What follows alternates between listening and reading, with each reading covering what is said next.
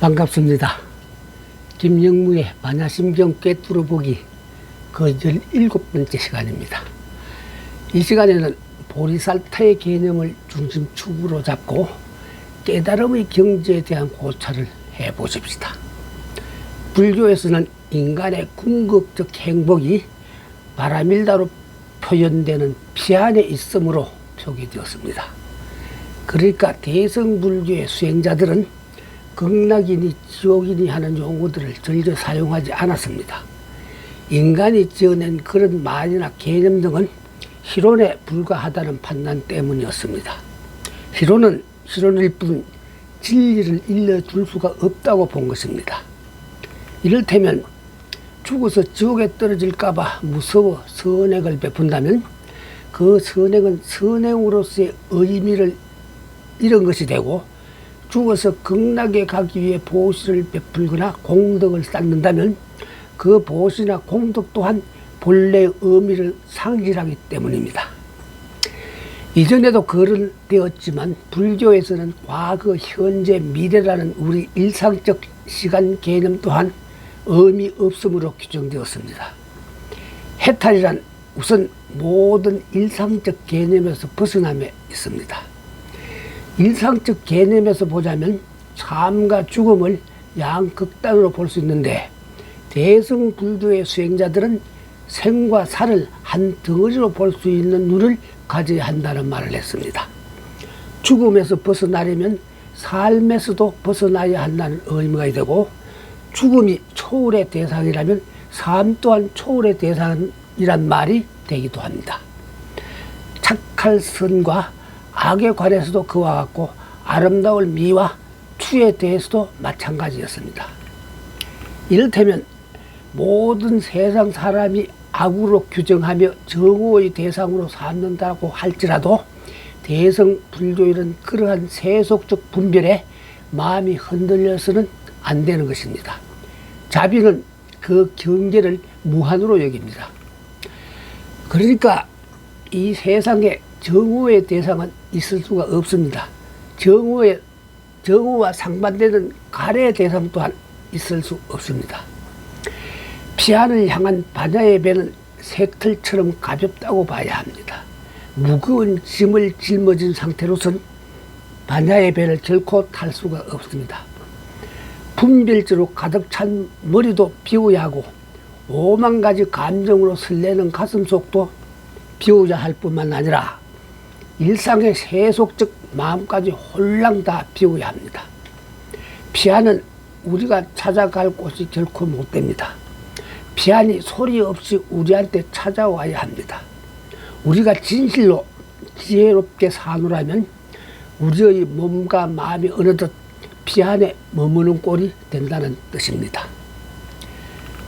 경문에 나오는 보리살타, 이전에 보살의 언어가 보디사트바라 했는데 여기서는 음력 그대로 보리살타가 되어 있습니다. 그래서 이 반야심경을 염송하는 사람들은 여기에서 많은 의무를 나타내기도 합니다.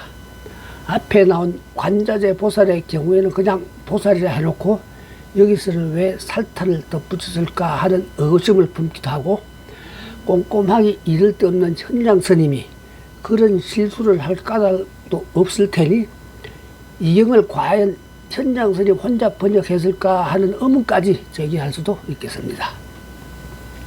하지만 우리는 그런 사소한 문제에 구애받을 필요는 없다고 봅니다. 흔히 소승불교의 수행자를 비구라 하는데, 비구라는 말 속에는 철저한 글짓과 번뇌를 깨트림과 계율을 지킴과 마귀들이 두려워할 만한 위력을 지녔다는 4가지 의미가 내포되었다고 합니다. 통상 수행자들이 지켜야 할 근본 5개는 생명 있는 것을 죽이지 말라 하는 불살생과 도둑질 하지 말라 하는 불투도와 사음하지 말라 하는 불사음과 거짓말 하지 말라 하는 불망과 술을 멀리하라 하는 불음주였습니다. 그리고 남성 출가자인 비구가 지켜야 할 계는 무려 250가지가 되기도 하고, 여성 수행자인 비구니가 찍지 할 개는 무려 348가지나 되었습니다. 대승불교의 수행자를 보살이라 한다면 익히 거론되었으나 여기에는 보리살타로 표현되었으니 깨달은 중생이란 의미가 되는 각유정으로 그 의미의 폭을 넓혀보는 것도 좋을 듯합니다. 말하자면 이 반야심령을 염송하는 이들은 보리살타로 보아도 상관이 없다는 뜻으로 어차피 대승불교에서는 중생과 보살을 굳이 달리 보려 들지 않기 때문에 할 수 있는 말이 되기도 합니다. 그리고 이전에 보살의 수행 단계를 초발심, 행도, 불퇴전, 일생보처 등으로 뭉뚱거려 보았는데 다소 번잡스럽기는 하지만 이점에서 화엄경이나 능가경에 나타나 있는 보살의 수행 단계를 다시 한 번쯤 살펴봄도 좋을 듯합니다. 불교를 공부하는 사람이라면 자기의 현재 위치를 한 번쯤 점검해 보는 것도 좋지 않을까 하는 생각이 들어서 해보는 말입니다.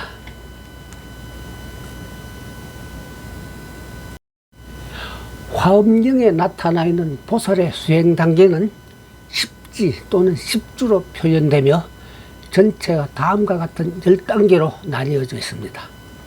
제1단계 환희지는 중도의 지혜를 깨달아 지식적 미혹이라 할 수 있는 일체의 잘못된 견해나 분별의 오류 때문에 생기는 번뇌 등에서 벗어나 환희를 맛보는 경지입니다. 제2단계 이구지는 더러운 때와 같은 번뇌를 떨치고 깨끗하게 되는 경지로서 계율을 잘 지키고 10가지 청정한 행위를 실천하는 단계입니다. 제3단계 명지는 지혜의 광명이 발휘되는 경지입니다.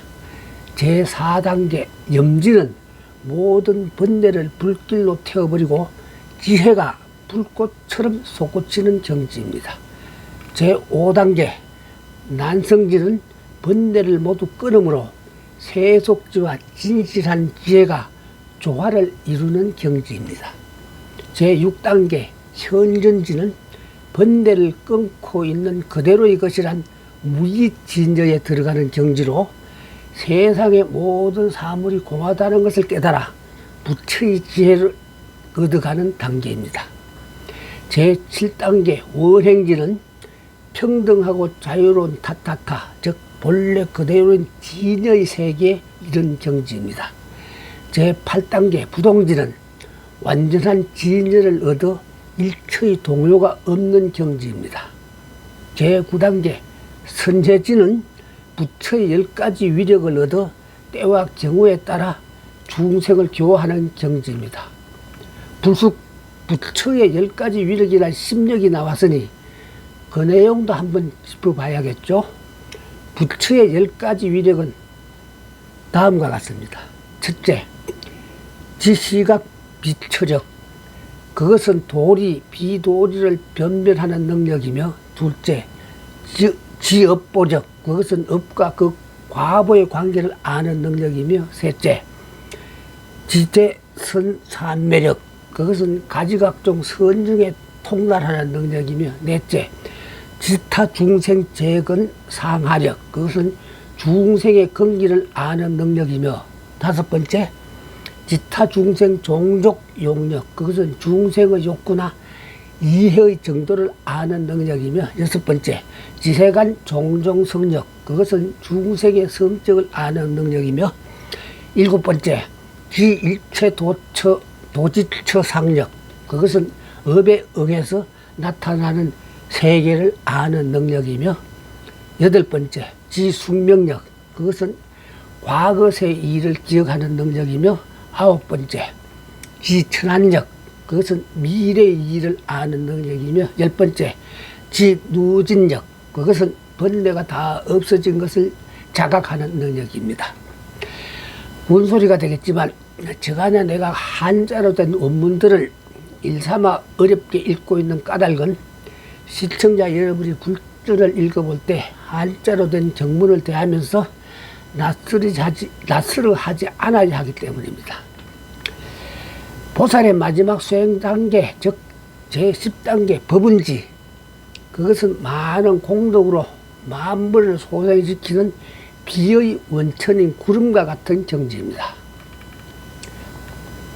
그러니까 십지란 보살이 부처의 경지를 이르기까지의 과정을 방편적으로 나누어 설명한 내용입니다. 다른 한편 깨달으면 보리를 제대로 깨달아 최고에 오른 참지혜인 정강무상으로 분리해서 논할 수도 있습니다. 앞서 말한 십지 가운데 제8지 부동지를 앞에서 말한 보살의 4단계 수행단계 중에서는 제3단계에 해당되는 퇴전하지 않는 지로 보면서 그 지위 이상의 보살들은 바야흐로 보리를 채등한 것으로 보기도 합니다. 붓다가 마하가섭과 보명보살에게 슬법한 내용이 실린 보적경에는 보리의 참모습이 25가지로 자세히 제시되어 있는데 그 중에서 중요한 몇 가지 항목만 간추려보면 다음과 같습니다. 첫째, 분별의 소결을 없애고 모든 법의 상을 없애는 것. 모든 법의 상이란 주관적 고정관념으로 이해하십시다. 둘째, 관찰이란 상대의 경계를 관찰하는 것이기에 인연에서 생기는 상태인데 보이는 절대임을 아는 것. 셋째, 행동은 곧 마음의 표현이기에 상대적인 생각이 없으면 행동도 없어진다. 상대적 행위 없는 절대의 경계에 머물 것. 넷째, 62가지 삿된 견해를 끊을 것. 다섯 번째, 허망한 생각에서 벗어날 것. 여섯 번째, 원망과 욕망을 끊을 것.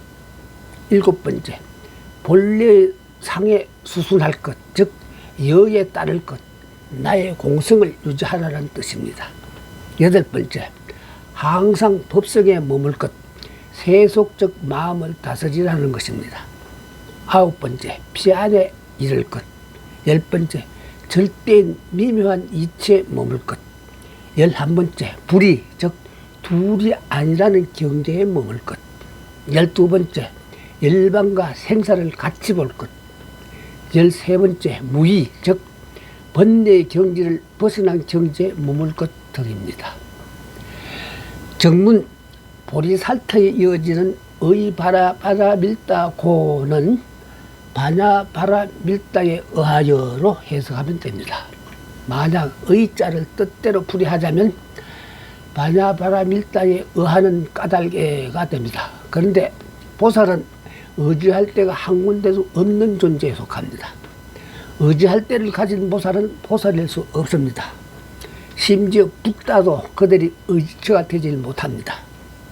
만약 붓다를 의지처로 삼는다면 다름 아닌 타력신앙의 형태가 되기 때문입니다. 흡사, 뱃사공이 이쪽 언덕에도 머물지 아니하고 그렇다고 저쪽 언덕에도 머물지 아니하며 강의 중류에도 머물지 않는 것처럼 보살은 안주처가 있을 수 없습니다.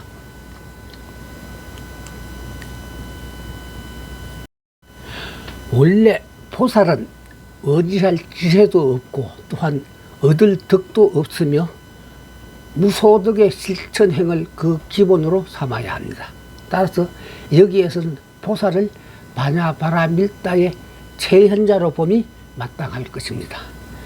바냐바라밀다는 이 심경의 첫무리에서 피안에 이르는 지혜로 살펴본 바가 있었습니다. 피안이라는 의미가 어째서 이상향으로 상징화되었는지 이제는 그 실제적 사실을 한번 살펴보실까요? 붓다의 제세 시절에 인도 대륙은 교통사정이 극히 불안전했고 해마다 홍수의 범람이 잦은 땅이었습니다. 따라서 여름 우기가 되어 겐지스강이 넘치기 시작하면 전고리며 불악과 함께 논밭들도 온통 물속에 잠겨 한눈에 가름할 수도 없도록 아득하고 넓기만 한 일망부재의 천지가 되어버리곤 했습니다.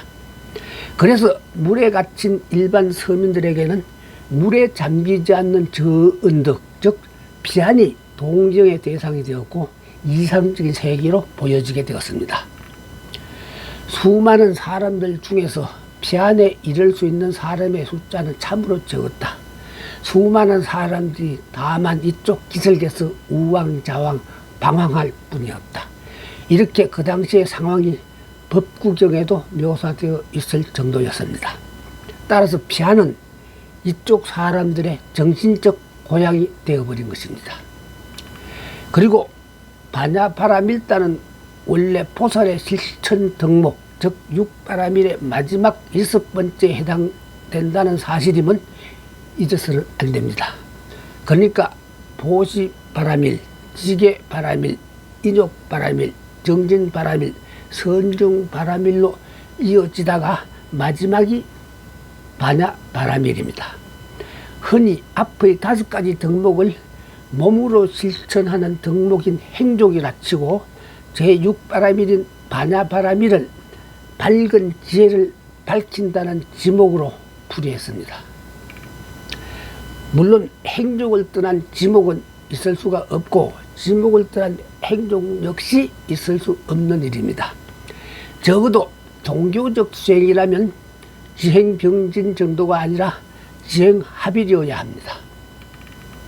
그런데 붓다의 제세 시절에도 보시, 지계의 2가지 덕목은 하늘에 태어나는 깨끗한 실천 덕목인 정행으로 이끌어질 만큼 높이 인정되어 있어 붓다의 교설은 언제나 보시론, 지계론, 생천론으로 정해지다시피 했습니다. 그리고 출가한 비구들에게는 사막인 계, 정, 해가 더할 수 없는 실천 덕목으로 존중되고 있었습니다. 그렇게 볼 때 인욕과 정진이란 2가지 덕목은 후세의 사람들이 적당히 끼워 넣은 것이 아닐까 하는 의심을 주기도 하는 것입니다. 정리해보자면 바냐바라밀다고는 보시에서부터 선정까지의 5가지 덕목을 올바른 바냐바라밀에 의한 종합이라는 의미로 나타납니다. 경문 무소득고에서도 나왔지만 보시가 좋은 일에는 틀림이 없으나 자기의 보시행을 밖으로 나타내는 따위의 행동이란 상상할 수도 없는 일이 됩니다. 보살행은 처음이나 끝이나 무소득의 보시행이어야 합니다. 지계 또한 마찬가지입니다. 남의 눈을 의식한다거나 극락행을 꿈꾸는 따위의 계산이 들어가는 계를 지키기라면 그건 이미 지계 바라밀이 될 수가 없습니다. 인욕 바라밀도 마찬가지입니다. 억지로 참는 것은 굴욕이지 인욕이 못 됩니다. 때로는 비난도 합장으로 받아들이고 칭찬이나 비방 앞에서도 흔들림 없는 자세가 바로 인욕 바라밀 행이 되는 것입니다. 경문 신무가에는 마음의 걸림이 없으며가 됩니다. 우선 가해가 걸림이나 장애 정도의 뜻임을 알면 신무가에는 마음의 걸림이 없는 자유자재의 경지를 말한다는 것을 금방 깨달을 수가 있겠습니다. 제대로 바냐바라밀다를 체득하게 되면 스스로의 마음에 가해가 없는 경지에 이른다는 뜻입니다. 불교의 궁극적인 목표가 자유를 향유함에 있다는 말도 여기에서 다시 읽을 수가 있고 해탈의 경지가 여기에 있음도 알 수가 있습니다. 해탈이란 개념은 힌두교에서부터 비롯되었는데 힌두교에서는 본질적인 나로 개념화된 아트만이 우주적인 본질인 브라흐만과 하나가 되면서 윤회의 굴레를 벗어나며 했었죠. 그리고 소성불교에서 해탈은 번뇌로부터 해방됨을 말하는 것이고 대성불교에서는 얽매인 상태에서 풀려남인 해와 갇힌 데서 빠져나온 상태인 탈의 합성으로 결국 자유자재의 경지를 말하게 되는 것입니다. 사실 대성불교에 비하자면 소성불교의 수행자들은 좁은 오솔길을 걸어가는 사람들이었습니다. 해서는 안 된다는 금기사항이 부지기수로 많았습니다. 당장 붓다의 존재를 너무나 위대한 절대적 가치로 설정했기에 그 우를 벗어나기 또한 용이하지 않았다고 볼 수도 있겠습니다. 이를테면 지게를 현실 생활에 적용함에 있어서도 난착이 짝이 없는 경우가 태반일 수밖에 없었습니다. 불살생이란 개를 예로 들어 보십시다. 어느 날 악한이 침입해서 우리 부모를 살해하려고 할 때 과연 어떻게 하면 좋을 것인가? 악한을 제압하려면 불가피하게 살인이라도 저지르지 않을 수 없는 일이 아니겠는가 하는 데 고민을 하지 않을 수 없었습니다. 혹은 강을 건너지 못해 발을 동동 구르고 있는 여인을 만났을 때 소승불교 수행자들은 그 여인을 위해 징검다리를 놓아줄 수는 있지만 파기를 결심하지 않고서는 그 여자를 절대로 등에 업고 건네줄 수가 없는 일이라 했습니다. 그럴 경우 대승불교 수행자 즉 보살들은 망설임 없이 그 여자를 업어 강을 건네줄 수도 있는 것입니다. 그 경우 대승불교에서는 파괴라 하지 않고 개찰하며 용인하여 들었습니다. 그리고 소승에서는 번뇌를 반드시 떨쳐야 하는 대상으로 여겼지만 대승불교에서는 번뇌의 현실을 떠나서 따로 보리가 없다고 말했습니다. 현실에서 이상을 실천하는 것을 번뇌가 곧 보리라고 여겼던 것이죠. 예를 들면 소승 수행자들은 성욕을 막의 유혹 정도로 여겼겠지만 대승불교에서는 성욕 등을 끊지도 아니하며 함께 하지도 아니하는 데서 부적 분리의 중도를 지키고자 했던 것입니다. 중도를 체득함이 곧 참다운 공을 이해하며 올바른 보살의 자세로 여겼던 것입니다. 동성애자들이나 성불구자들에게서 위대한 종교인이 나온 적이 없다는 사실도 눈여겨볼 일이 됩니다.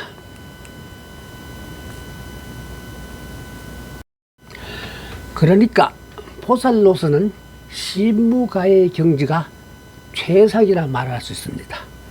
착한 선에 걸리지도 않고 악에 걸리지도 않고 아름다울 미에 걸리지도 않고 추에 걸리지도 않을 뿐만 아니라 12가지 인연에도 걸리지 않고 소득, 무소득에도 걸리지 않고 윤회에도 걸리지 않고 지옥에도 걸리지 않고 극락에도 걸리지 않는 마음자리가 바로 신무가예입니다. 말하자면 바냐바라미를 체득한 보살은 그물에 걸리지 않는 바람이 되고 활짝 피어나지만 진흙이 묻어 있지 않는 연꽃이 되는 것입니다. 용수를 뒤이은 중간학의 대가 제파는 심경주에 이런 말을 남기기도 했습니다. 어리석은 사람은 경계에 따라 움직임으로 막힘이 있다고 말할 수 있고 지혜로서 정신을 맑게 하여 머무름이 없다고 한다면 막힘이 없다고 말할 수 있다. 경문 무가의 고무유공포는 걸림이 없으니 두려움도 없다 하는 말입니다. 반야심경의 적극적인 덕목의 첫째가 걸림이 없음이며 다음이 두려움이 없음이라고 합니다. 무소득의 반야바라미를 행하는 보살한테 무슨 걸림이나 두려움이 있을 까닭이란 없습니다. 무엇을 바라는 바가 없는데 실망이 두렵거나 불안을 느낄 까닭이 어디에 있겠습니까? 불교에서는 공포를 5가지로 크게 분류해 왔습니다. 이를테면 오공포는 첫째, 불알포로 생활에 관한 불안과 공포이며 둘째, 악명포로 비난의 대상이 되지 않을까 하는 두려움이며 셋째, 사포로 죽음에 대한 두려움이며 넷째, 타악도포로 죽어서 지옥에 떨어지지 않을까 하는 두려움이며 다섯째, 대중위덕포로 여러분의 도마에 오르지 않을까 하는 공포입니다. 또 다른 각도에서는 공포를 다음과 같은 2가지로 분류하기도 했습니다. 첫째, 세간의 공포로서는 도적, 원한, 독약, 요절, 맹수, 물난리와 화재 등에 나뉘고 둘째, 출세간의 공포로서는 번뇌, 업고 등에 대한 두려움이었습니다. 불교에서 말하는 출세간은 깨달음의 세계입니다. 중국 고사에 기우라는 말이 나오는데 그 고사의 주인공은 하늘이 무너지고 땅이 꺼질까봐 노심초사 한평생을 보냈다고 합니다. 최초로 중국 천하를 통일한 진시황 역시 한평생 죽음의 공포와 씨름하기 바빴던 인물이었습니다. 그는 불사역을 구하기 위해 별의별 짓을 다 했고 암살이 두지고 수천 개의 침실을 만들어 놓은 다음 밤마다 남몰래 거처를 옮겨 다니며 잠을 청하기도 했습니다. 2차 대전을 일으켜 유대인을 무려 600만 명이나 학살한 히틀러는 암살에 대한 공포감 때문에 수면 중에는 그의 침실에 그 어떤 이도 출입을 금지시켰습니다. 그런 이유로 인해 결혼조차 할 수 없었는데 그는 죽음을 불과 3시간 앞두고 결혼식을 거행했습니다. 가만히 보면 잔혹한 폭군들은 대개 공포감이 유빌하게 많은 인물들이었습니다. 자신의 공포감을 해소하기 위해 역으로 잔혹한 공포정치로 많은 인명을 살해했던 것입니다. 하기야 인간이 지상에 머무르 있는 한 불안감을 느끼거나 공포감을 느끼기로 든다면 한이 없고 끝도 없습니다. 현대 도시인들은 걸어 다니지 못하고 자동차를 타거나 기차를 타거나 비행기를 타거나 선박을 이용하면서 생활을 꾸리기 마련인데 어느 하루인들 교통사고 사망자나 부상자가 생겨나지 않는 날이 있었던가요? 교통사고라는 공포감을 떨치지 못한다면 우리는 당장 생존이 불가능하다고 볼 수 있겠죠. 스산대사의 제자로 임진왜란 때 선병장으로도 활약했던 청매선사의 신병소에는 무가의 고무유공포의 해설이 이렇게 나와 있습니다. 그것은 무상 해탈문을 밝힌 것이다. 제법이 모두 공함을 정득하는 까닭에 제법이 아무런 상이 없는 무상임을 안다. 왜냐하면 만약 제법이 무상함을 알지 못하면 공포가 있게 마련이며 반면에 무상함을 정득하게 되면 아무런 공포가 없게 되는 것이다. 만약 법의 공한 이치를 깨달아 문자에 집착하지 아니하면 곧 마음이 놀라 두려워할 것이 없으니 그것을 불가사의 해탈이라 한다 하는 말도 있습니다. 여기서 문자는 선입견이나 편견과도 같은 하나의 상에 해당되는 것입니다. 천당이니 극락이니 지옥이니 연옥이니 하는 말들이 모든 문자에 해당된다는 말입니다. 보살의 실천적 수행으로 알려진 육바라밀 중에서 첫 번째가 보시인데 보시 가운데서는 중생을 온갖 두려움에서 건져준다는 의미의 무외시가 포함되어 있습니다. 공포감을 떨친 사람은 매사에 떳떳하고 당당할 수가 있겠죠. 종교의 순교자들은 죽음에 대한 공포뿐만 아니라 일체의 공포감을 떨친 사람들이라 볼 수가 있겠습니다. 첩첩 산중 암벽에서 혼자 살아가는 선인들 또한 공포감을 떨쳤기에 그러한 수행이 가능해진 것이겠죠. 사실 인간의 공포심과 종교는 불가분의 관계를 맺어왔습니다.